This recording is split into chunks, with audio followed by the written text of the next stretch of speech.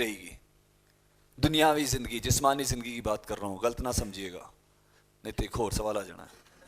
خدا برکت ہے. نہیں, سوال کرنا آپ کا حق ہے, ہمارا حق ہے, ہمیں حق سے سوال کرنے چاہیے. جواب ملنا نہ ملنا, دینا نہ دینا, وہ میری مرضی ہے. خدا برکت دے. مذاق کر رہا ہوں, کیونکہ یسوع مسیح سے پتہ نہیں کیا ہو گیا, یسوع مسیح سے بھی سوال کیے جاتے تھے, رائٹ؟ لیکن جہاں ضروری ہوتا تھا وہ جواب دیا کرتے تھے, اور جہاں نہیں وہاں نہیں دیا کرتے تھے. ٹھیک ہے؟ تو ہمیں ہر ایک چیز کا پیٹرن یسوع مسیح کی زندگی سے ملتا ہے, اور ہمیں اسی کو فالو کرنا چاہیے. اور پھر یہ جو 19واں لیکچر ہے, اس کے اندر ہمیں ملتا ہے یسوع مسیح کی جو منسٹری تھی وہ کیا تھی کہ لوگ اس پر ایمان لائیں. وہ ہر جگہ جو حوالہ جات آپ کو دیے گئے اس میں یہی ہے کہ میں خوش ہوں کہ میں وہاں موجود نہیں تھا تاکہ تم مجھ پر ایمان لاؤ اور ایمان لاؤ اور ایمان لاؤ کی کہانی ہے. پھر اس کا یوحنا بپتسمہ دینے والے کے لیے بھی یہی ہے کہ اس نے ایمان کے لیے کہ ہم مسیح یسوع پر ایمان لائیں, اس کے لیے اس کی منسٹری تھی. پطرس کی اور پولس کی اور یہ ساری منسٹریز کیا ہیں؟ میں جو منسٹری کر رہا ہوں میں کیوں کر رہا ہوں؟ کہ لوگ میری سنیں, میں مجمع جمع کروں؟ نہیں, میں اسی لیے کر رہا ہوں کہ یسوع مسیح پر ایمان لایا جائے, کیونکہ ایمان سے زندگی ملتی ہے. رائٹ؟ تو یہ تھا 19واں لیکچر بیسیکلی, اور اس میں ڈیٹیلز ہیں, وہ آپ جا کے حوالہ جات پڑھ لیجئے گا, یا مستقبل میں اگر خدا نے مجھے موقع دیا, اگر وقت بھی دیا, تو میں کچھ لیکچرز ریکارڈ کر کے بھیج دوں گا. یہ میں کر سکتا ہوں آپ لوگوں کے لیے, آڈیو یا ویڈیو یہ میں نہیں کہتا, لیکن جو بھی ہو پائے گا میں کر دوں گا. تو اب ہم جائیں گے لائف آف بلیورز پہ. ایماندار کہتے ہیں نا ہم سب اپنے آپ کو. کون کون ایماندار ہے؟ ہاللیلویا, پریز دی لارڈ. تو دیکھتے ہیں کہ ایماندار کی زندگی کیسی ہونی چاہیے کلام مقدس کے مطابق. میرے خیال سے نہیں, میری مرضی سے نہیں. کلام کیا کہتا ہے کہ ایماندار کو کیسے زندگی جینی ہے اس دنیا میں, ہمیں اس کو سیکھنا ضرور ہے. ایماندار کی زندگی میں فرما برداری ہونی چاہیے. کیا ہونی چاہیے؟ آدم کیوں ہلاک ہوا؟ صرف نافرمانی کی وجہ سے. ٹھیک ہے نا؟